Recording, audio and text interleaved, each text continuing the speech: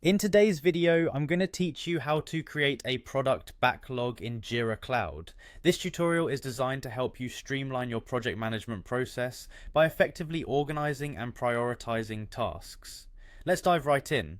First, you'll want to open up your Jira account and navigate to your team managed software project. This is your starting point, so make sure you're in the correct project to avoid any confusion later on.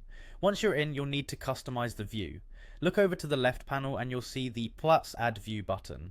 Go ahead and click on this. It allows you to tailor the layout and information displayed, ensuring that your project environment is set up exactly how you want it. Next, you'll be looking at various options on your screen.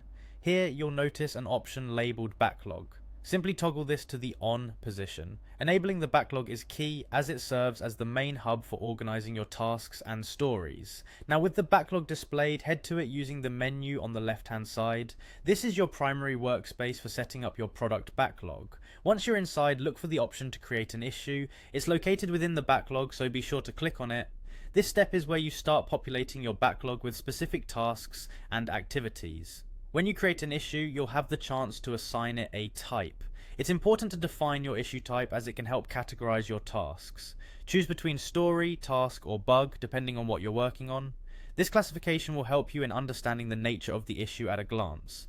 Once you've selected an issue type, it's time to get specific. Enter a comprehensive name for your issue and press enter. The name should be clear and informative, so it effectively communicates the task or problem at hand. After you've populated your backlog with issues, you might want to reorder them based on their priority.